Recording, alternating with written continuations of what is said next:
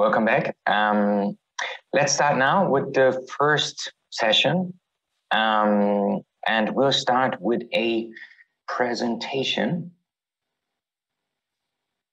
on an introduction to the mental health effects of the Syrian crisis on Syrian refugees.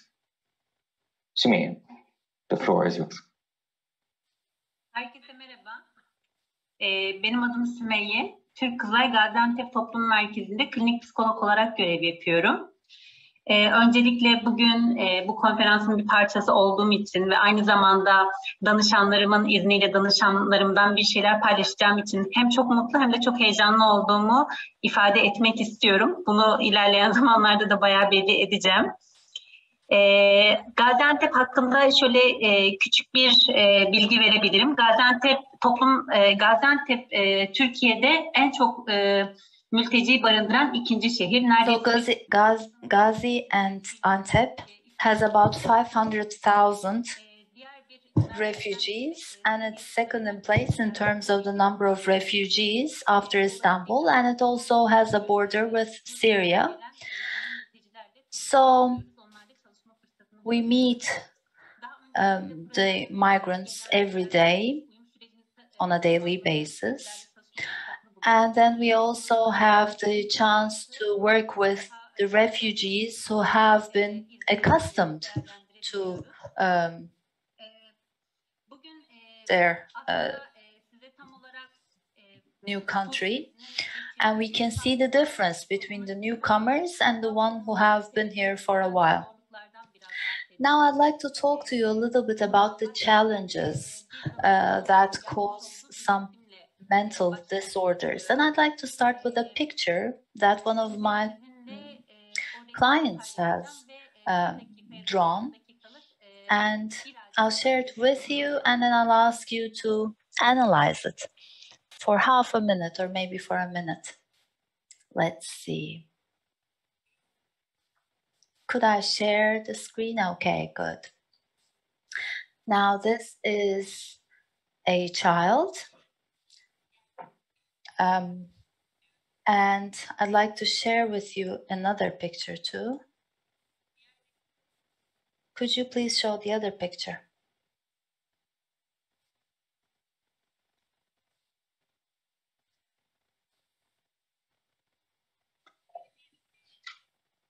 Now for half a minute, I'll ask you to ponder upon this. Could you please think a little bit on this picture?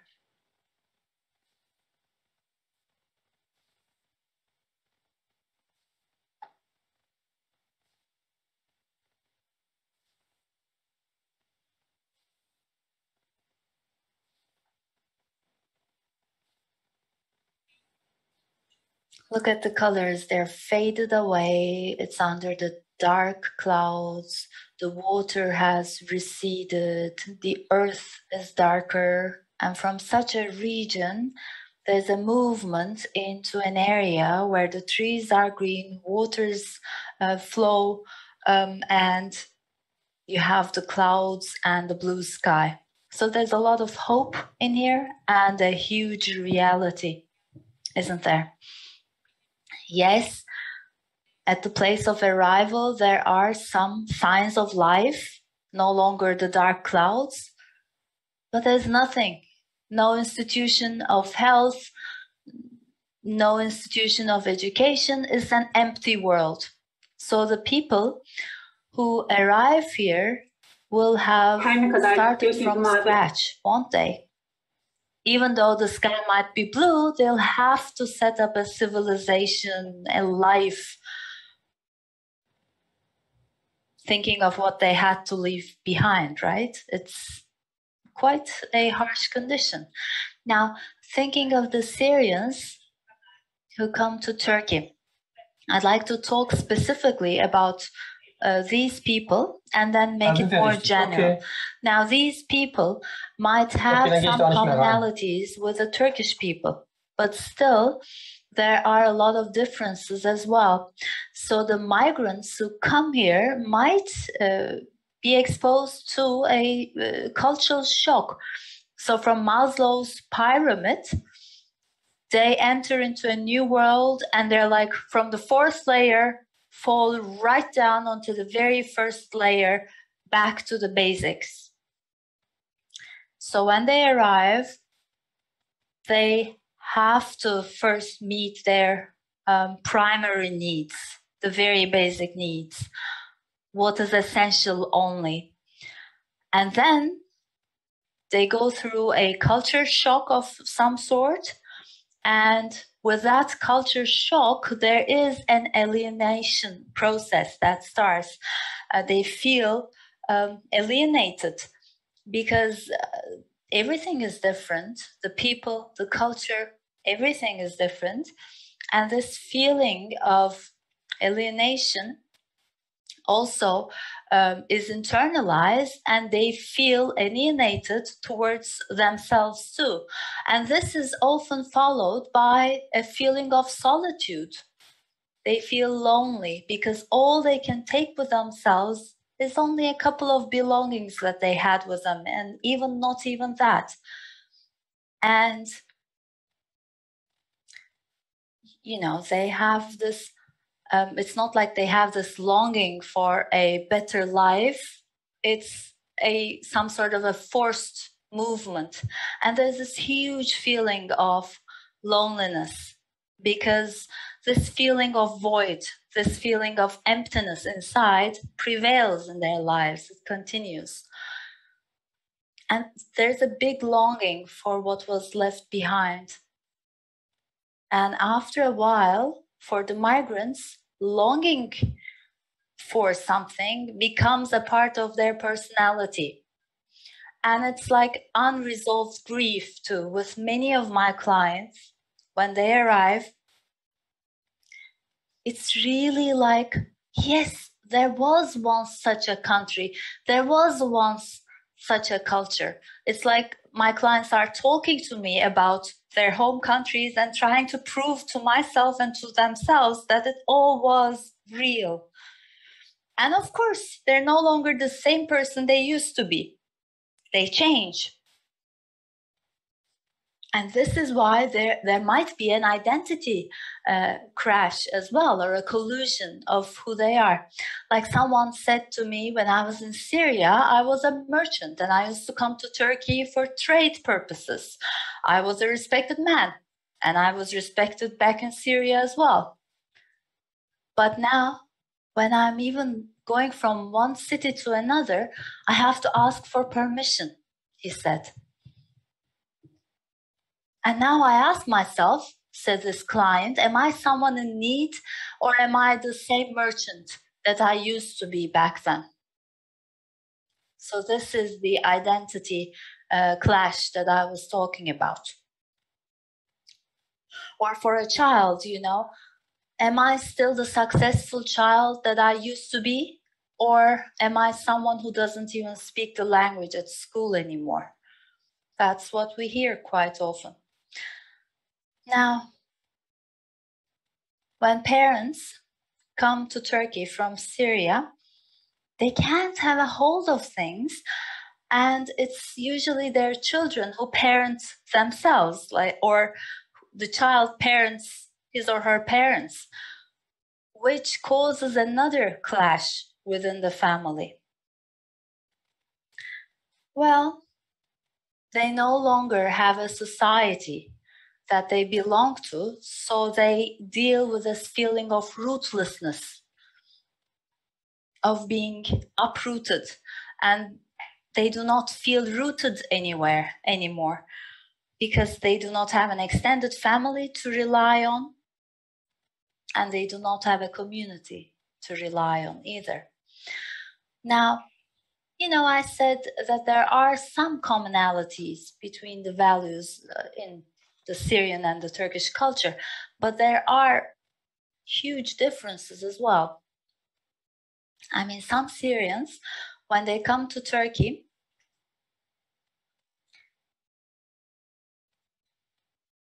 they may also have problems about not knowing what to think.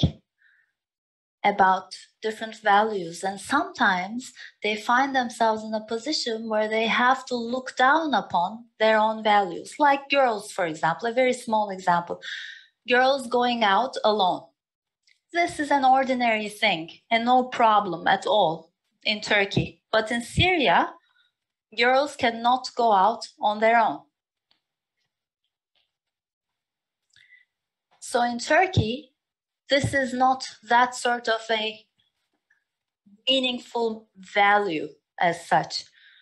But then the families will say, well, our children have changed a lot and they're able to now leave on their own, leave home on their own, and they no longer know our own values. And then there's also the change of the mother tongue as well, which gives them a feeling of being despised or looked down upon. And then they also feel like everyone else is a threat to themselves. So they need to feel safe, and they may be too suspicious of everything, overly suspicious. And of course, psychosis and neurosis are the two problems that we often encounter. And they already arrived to Turkey with a huge fear and angst of loss. And this is why this fear of loss might be acted out too much, which may turn into rage or fury. So we sometimes have such families who are so tightly connected and they're so afraid of losing themselves that they pose a threat to each other, and in time they start causing each other some rage. Or they make each other angry. Bei mir stand gerade, Interpreter Jens Jaspert ist jetzt der Co-Host. Of course, there's this feeling of guilt because they had to leave. My neighbors are still there, my family members are still there, and here I am, safe, and there they are, amidst the war. So with that comes a feeling of guilt. For example, I believe that someone has gotten used to being in Turkey, but when they go back for the Eid, for the celebrations, and then they come back again to Turkey, and they feel the sense of guilt once again, because they are reminded of what their family members are dealing with. Then another point is that the migrants, and specifically Syrians, have this feeling of resentment because it's a decade now, and going back is no longer a reality. So they may feel resentful about that. And then the sense of hope for the future. Well, of course, I can't tell you that I can't say that they have a lot of hopes regarding the future. The new generation kind of does, because they started the university now, and they're trying to do their best to serve their community, etc. But still, there is a huge population that is not so hopeful about the future. Well, my friends will tell you more about it, but we ourselves might feel hopeless from time to time too. I mean, we're there to support them psychologically, but they still have their essential needs unmet. So in such a world, how can we improve their mental health is a big question, of course. It's quite tough. Now, this is what I can tell you about the adults. So, thank you, Sumit. The Syrian crisis. I think let's take a break here and come back to the second part later in the Q&As, if that's okay for you. Just one point. I'd like to show you another picture, if that's okay, for 2 minutes. Is that okay? Sure. Yeah, sure. 2 minutes. Because I want to show you about the influence or the effect of the situation on the child. Now, this is from the 23rd of April celebration, drawn by a Syrian child about the International Children's Day celebrated in Turkey. The rainbow stops at some point. There are tents on the other side, and you see the name of the patient, and they have written themselves right on the line that divides the two pages. So this person's identity is also, she feels, or they feel quite divided themselves. Now, this is a very telling picture, I believe.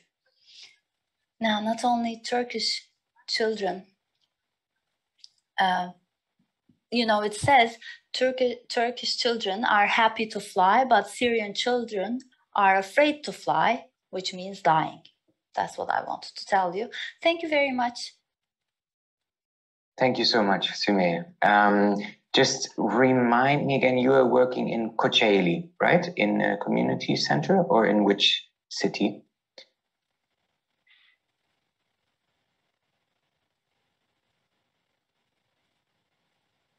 Okay. I did not hear, but I take this as a yes. Maybe she can. Oh. Well, I am working at the city of Gaziantep, at the Syrian border. Okay. Thank you for sharing. Well, I think regarding the translation, just a little technical note. So, as mentioned before, we have, interpretation into English here.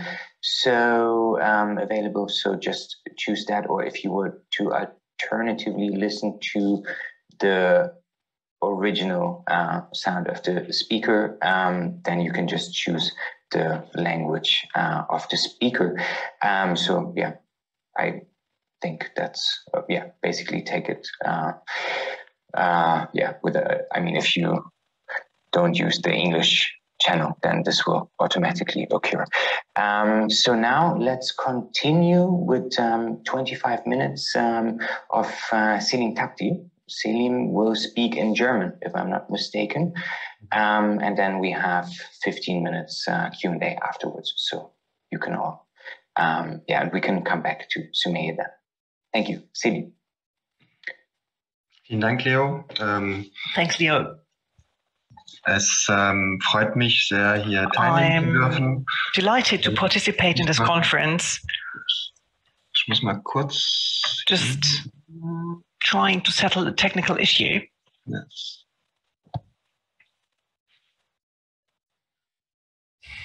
Well, thanks to Sümeyye for her very interesting talk and the imagery revealing how an individual fleeing from one country to another, hoping for a new life,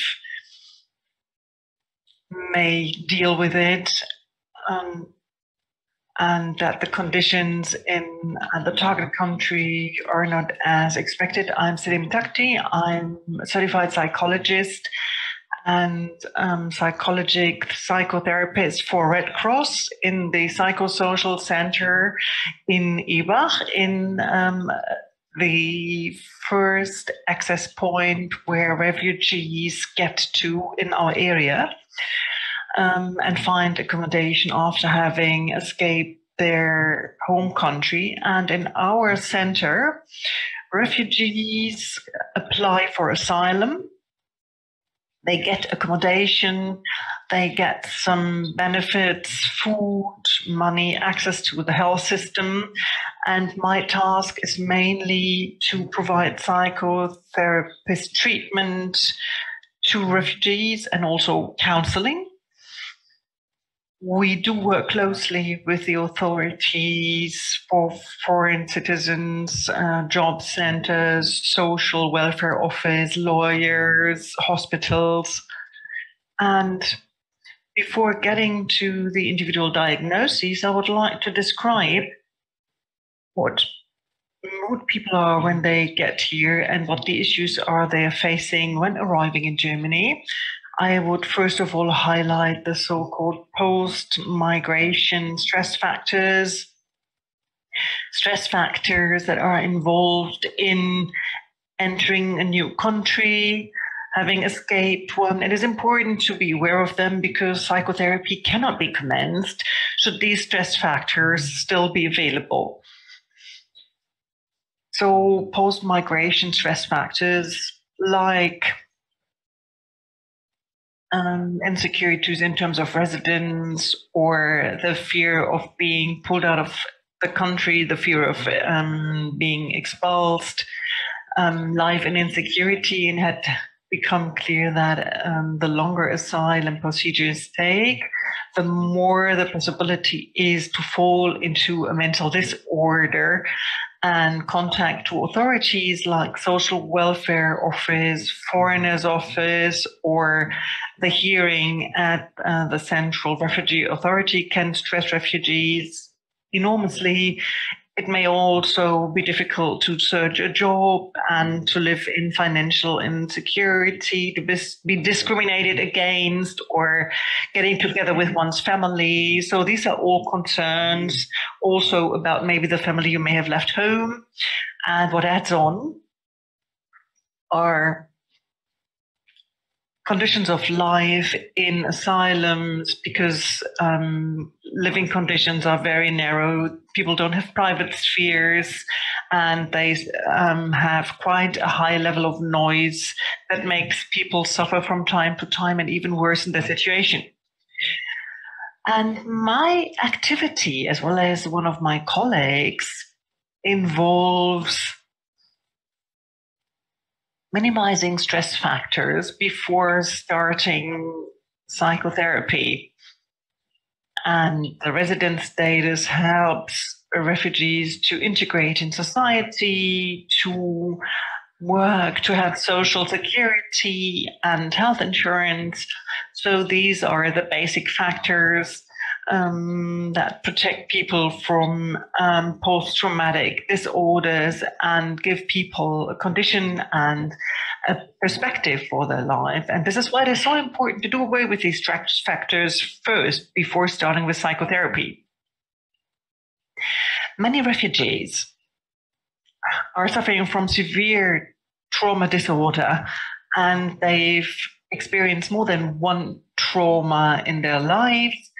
And they have suffered from a lot of threats like murder, being persecuted, or sexualized violence, which is part of everyday life for refugees. And they come up with or lead to major insecurity. So if people have been mistreated, harassed, have suffered from war, torture, trauma comprises several events and incidents that have been repeated and have accumulated and have had a continuous effect. This also involves violence against others, having witnessed violence against others. Incidents of violence are called man-made disasters, and there is a difference made between one-off trauma of type 1 and continuous trauma of type 2. And type 1 trauma is applicable if trauma was generated by a timely limited incident, coined by one of sudden or accidental situations, like in a car accidents where people almost died or have become victim of raping or any criminal offense. And type 2 trauma are more man-made trauma, focusing on humiliating the other individual, or to even destroy his or her personality with torture and things like that. And they are, of course, much more difficult to deal with, and they shock people's trust into themselves and others. And all these inhumane experiences before escape and afterwards avoid integrating into society regularly, because even if trauma has objectively been in the past, many individuals are reviving them over and over again. But it's not only their own trauma that they feel. They are also frightened of their family being attacked, and all this makes it very difficult for people to psychologically and physically arrive. So refugees have experienced war and loss, and they are escaping a danger, and they always had to function as a personality. So to go from A to B, to protect themselves, to protect others, finding food, finding water on their flight route. They had to be very attentive. That means their brain, their mind was always focusing on functioning, and could never afford to really deal psychologically with these events. And having arrived somewhere, for example, in Germany, finally having a roof over their protective roof over their heads, having food, meaning having accommodation, and finally they feel secure. This is the moment, like after a storm, there is kind of a vacuum and emptiness, and there is no kind of normal that you can get used to. Because as from this time, the whole thing that has been experienced comes up again, and mind takes time to get to come to terms with it, concerning everything that you have experienced and lost. And this is why psychotherapy is such an important factor for stabilizing refugees' personalities. People who have experienced trauma may react quite differently on this psychic stress. So there may be the reaction of developing different kinds of post-traumatic disorders, which may be different clinical diagnoses like PTBS, depressive disorder, dissociative disorders, anxiety disorders, borderline addiction, form disorders. Sometimes there are even several trauma at the same time and overlap. I won't, in concrete terms, list all the symptoms, because you can find them on the internet. That's easy. The diagnosis of post-traumatic stress disorder is always called as the diagnosis to describe refugee suffering by the media and politicians. And the refugee must have been subject to catastrophes in his or her personal life that restricts or overwhelms the capacity of coping with it and leads to deep despair. So to be diagnosed that way, there are clearly defined symptoms like symptoms of post-traumatic stress disorder. So if people have repetitive memories going back to their trauma, they may go into insomnia, they wake up from nightmares, full in sweat, and due to anxiety, they withdraw from their surroundings. And from time to time, they even lose control on themselves and their feelings, like feelings of insecurity, doubt, permanent threat, loss of self-worth and weakness that can occur frequently. So their perspective to the world changes in that case.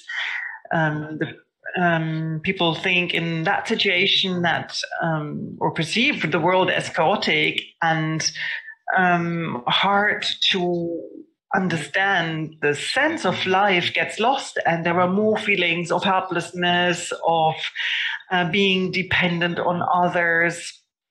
The probability that a traumatic incident is perceived as quite high by the people impacted of a post-traumatic stress disorder. And it is also characteristic for this disorder that unexpected, intensive re-experiencing of images or film-like scenery or nightmares, but also odors or feelings that we call flashbacks. And during the traumatic situation,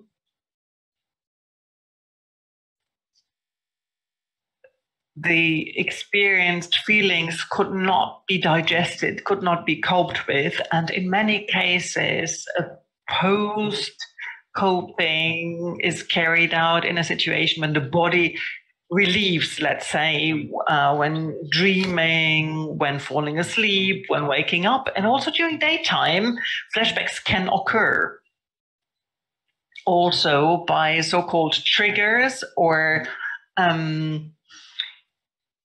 key situations that make people think of this traumatic situation. And sometimes they are not consciously connected to the traumatizing situation. For example, I have a Syrian patient who was traveling in his car, and at a red light, someone hit his car, of course, unintentionally, and the other driver got off the car and said sorry and automatically called the police so that everything can be set up in order and traffic can be settled as it should be. And in Germany, it's quite a normal thing to do. And the patient, having known that police will come, started to tremble, to get into a situation of anxiety, stuttering. And when the police arrived, he couldn't talk, he couldn't even make a statement, and was rigid and very tense. Police tried to talk to him, to calm him, telling him that they're only trying to help him, but he was just not perceiving these things. So they had to call emergency for him to calm down. And these flashbacks generate unexpected, extreme dissociation and anxiety.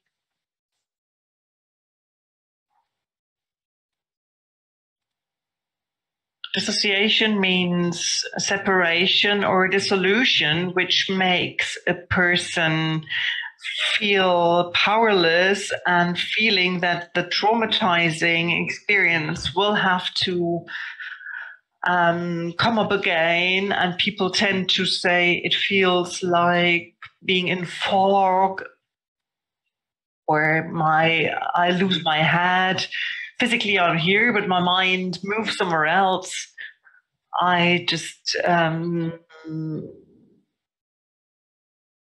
not myself. My body does what it wants to do. It seems that somewhat the personality has withdrawn, looks to the vacuum, doesn't react to others. And after having been triggered, this may happen. And in trauma therapy, when working with my patients to explain things, I use the image of a wardrobe usually. So while the patient is traumatized, memory like clothes are left in some chaos and just pulled in a wardrobe. You can't even close the door. And if it's just slightly touched with this trigger, everything falls out and clothes fall off. So these are the so-called flashbacks, and this is how I explain them to my patients. And a standard action would be to put all the clothes back as soon as possible back into the wardrobe, but this will lead to the fact that memory will still remain chaotic and the door can never close. And with the slightest movement, it will open again. And in trauma therapy, we try to little by little put clothes out of the wardrobe, have a look at them carefully, fold them carefully, and put them to a selected place afterwards to little by little get order and structure into the wardrobe. This helps to somehow structure memories and cope with them, to put them to a separate place, and they can be found if the individual wants to find and retrieve them, but they will never fall off unexpectedly. And behavior of patients also shows a continuously increased stress and tension level. They usually expect new threats and their body gets into a mode of continuous attentiveness and connected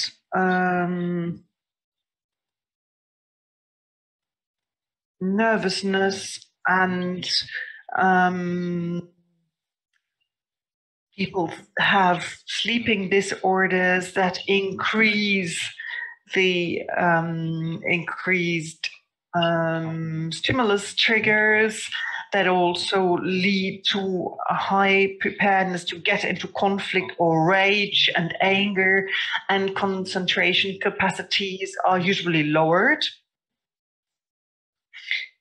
which makes it difficult for these people to go to a language class, to spend a day in class, to structure and memorize ideas, individuals, locations that make them think of the traumatic incident are avoided. So they avoid all the stimulus, and some withdraw from everything. They get isolated. Others avoid to be on their own or to get rest, and they try to distract themselves in order to avoid memories with respect to the traumatic situation. And quite frequently we have the so-called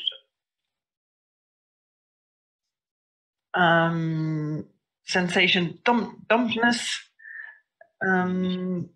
It seems that they don't have any feelings, or they experience their own sensations as unreal, and they come to an emotional withdrawal. They're no longer, they disalienate themselves from their family. And for people looking from the outside, it seems as if the individual cannot be emotionally moved by anything. And then there is another big area of disorder, that's depression, that comes into force here as well. So mere depression, as far as I can say, is hard to see, or to detect, but it's always supplement. So the typical symptoms of depression, according to DSM, are of course lowered mood, apatheticness, lack of energy, inner nervousness, tiredness, exhaustion, sleeping disorders, lack of concentration, and so on and so forth. Pessimistic future perspective, lowered appetite, as well as thoughts about death up to suicidal intentions. And reasons of depressive symptoms may be traumatic experience, as well as lack of perspective or solution of problems, and having no possibility to cope with grief and pain, in particular with individuals who had to leave their country of origin, and they can occur when arriving in their country, their target country, and depression symptoms may vary. So some people seem to be very sad and are sad, and some others talk about the headache, and others are continuously tired. That they're always tired, and the depressions are not being detected by people from outside. Depression can also be in the background and could only be used as a mechanism of defense by an anxiety disorders. So the anxiety is there not to fall into depression. So now we come to the anxiety disorders. Anxiety disorders is a group of different psychological disorders which have all a same common, that anxiety is lived in a way much too strong than according to the situation, which is pragmatically not being explainable. One speaks about an illness-provoking or sickness-provoking anxiety if the anxiety is always popping up during the daily life, everyday life, if the emotional life and everyday life are being controlled by this anxiety. So the lived anxiety is being a very strong emotion, which is a permanent background, a control over this kind of anxiety feelings is not possible. Should an anxiety disorder not being treated, then this anxiety will take over control situations and locations which will provoke anxiety will be when one tries to avoid. People with an anxiety disorder isolating themselves more and more, retreating from civil society, go and stick into their own apartment. They are suffering of the anxieties, and they are also suffering of these symptoms, and they have a lack of self-confidence, and they have the feeling of being exposed to something very threatening. There are three levels or components of anxiety which one can discern. First of all, one has the cognitive emotional level, everything which is linked to thinking and which is happening in one's head. As, for example, I cannot control anything, or I am totally exposed. One is at mercy, and one has a very high level of attention and a very high expectation. One is anticipating dangerous or risky situations. And then there is, secondly, the physiological or physical level. One speaks about chronic over emotionalism.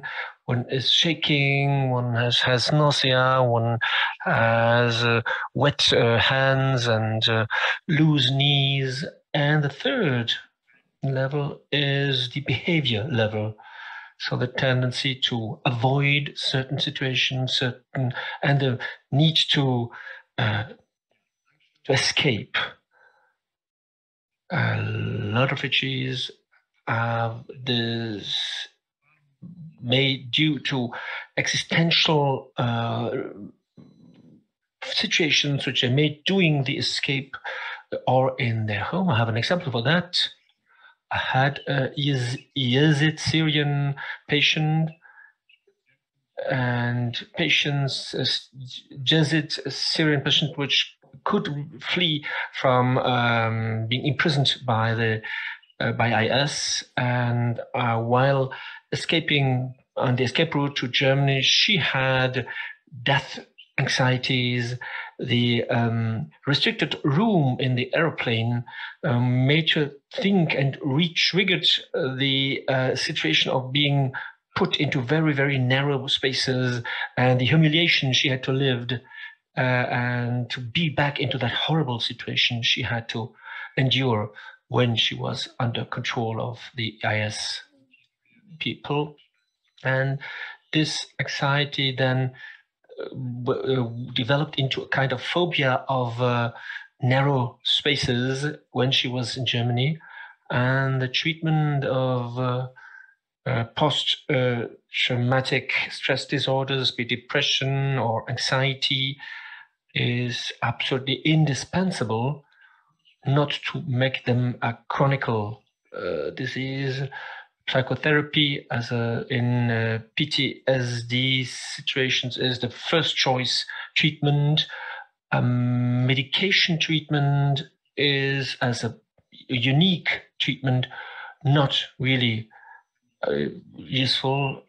It can be used to reduce problems of sleeping or to reduce tension moments, but it cannot replace psychotherapy.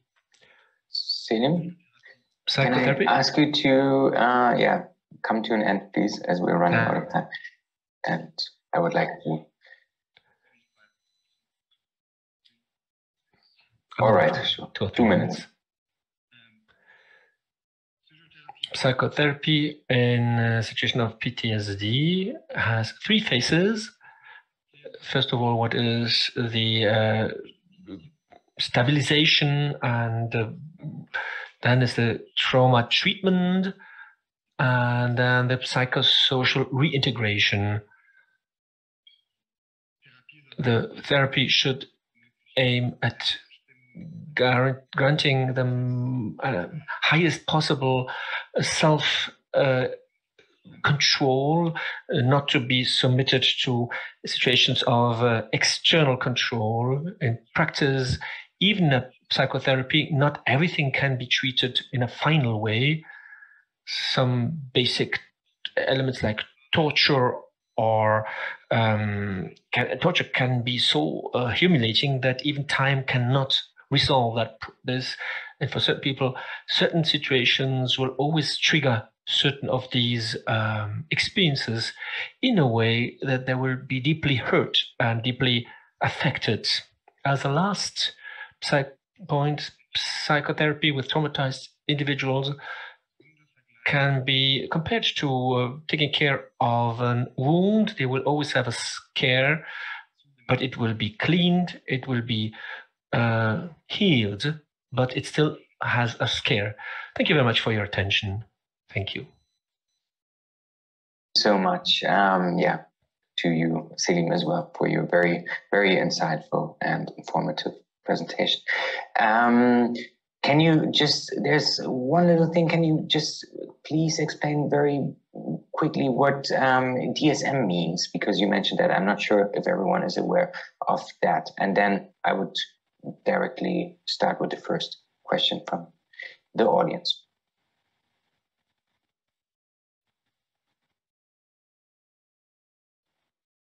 DSM, just.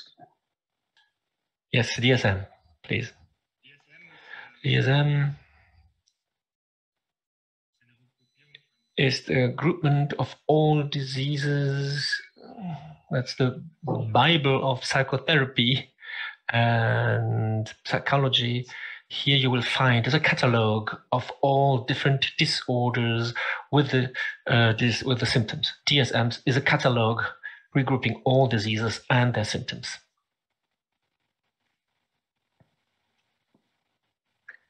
Thank you. Well, then let's start with the first question from the audience. Unfortunately, I cannot see them right now.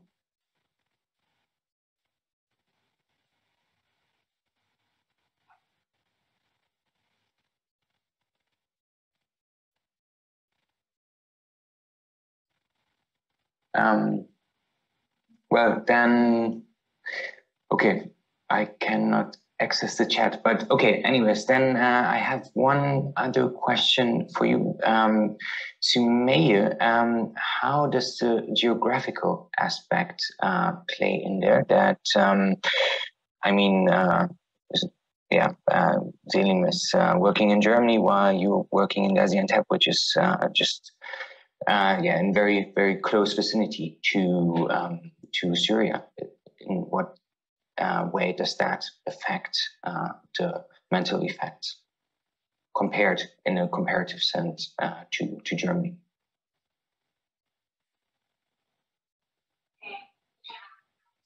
Okay, I'll continue in Turkish. Now, the situation is not the same in Germany and in Turkey. Their primary needs are not being met in Turkey. Now the borders are closed, so they either flee through illegal means or they come because of an emergency. So these people are already quite afraid to be sent back to their countries of origin. And their needs, primary needs, have not been met yet. So we do not work on trauma with them when they're here because the threat is still there. The danger is still valid. So first of all, we make sure that their primary needs are met. And at our community center, we have a protection program. And after their essential needs are met, then only then can we work on the fears, for example. Thank you. I would now like to give the floor to Inga Mattes from the German Red Cross.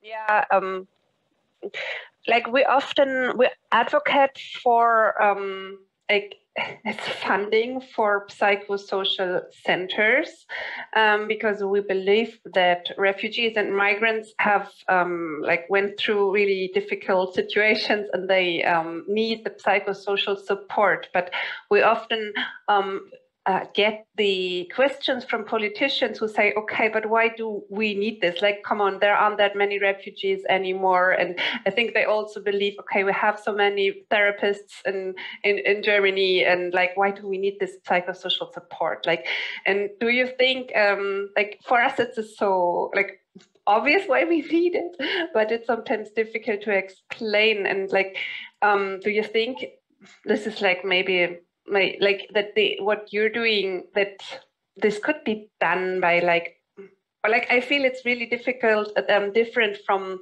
I'm sorry, I'm a bit confusing, but do you see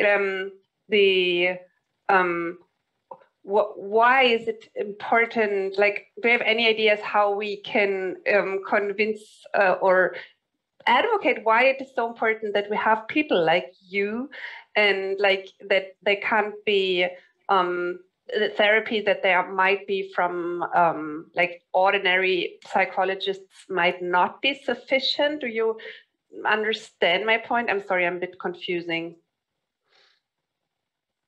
All clear? The question is for me or for Selim? For both. I think you might face the same stereotypes or the same criticism from politicians or officials. That's what I assume. Like, why do we need these special centers? Sumaya, do you want to start, and then Selim can add something brief? Tamam. Well, I couldn't understand one thing. Do you mean that there is a prejudice from the local people or the migrants or the refugees themselves or the politicians? So if it is the politicians you're referring to, then I mean, these are collaborative tasks anyway. For example, in the province of Gaziantep, the municipality or institutions are supportive of such centers. They are aware that we need these centers, so they support us. But of course, from time to time, we do see some prejudice from the local people, like, why do you offer such services to the refugees? But then we have a social cohesion program that is doing its best to convince the local community and the newcomers. Did that answer your question?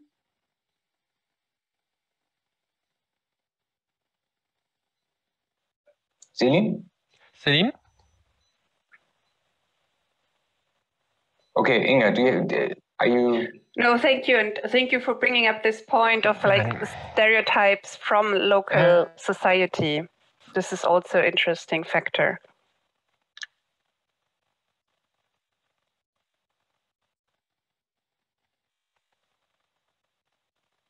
So, Selim, do you have anything to add there? I will probably, as we're running out of time, if that's fine for everyone, we can maybe give ourselves 5 more minutes. One question also to you, Selim, is there some manual or recommendations to self-care for patients on how to deal with anxiety attacks? Yes, of course. Ja, klar, natürlich. Yes, of course. Also ich würde gerne, wenn es geht, würde ich gerne meine E-Mail durchgeben. Dann kann ich give you my email address, so whoever. Ich muss hier mal kurz. I have to look into my files. So I would like to give you my email, and then I would maybe suggest to whoever is interested what kind of manuals, what kind of books exist. So please send me a mail, and I will then give you the list of manuals and other papers.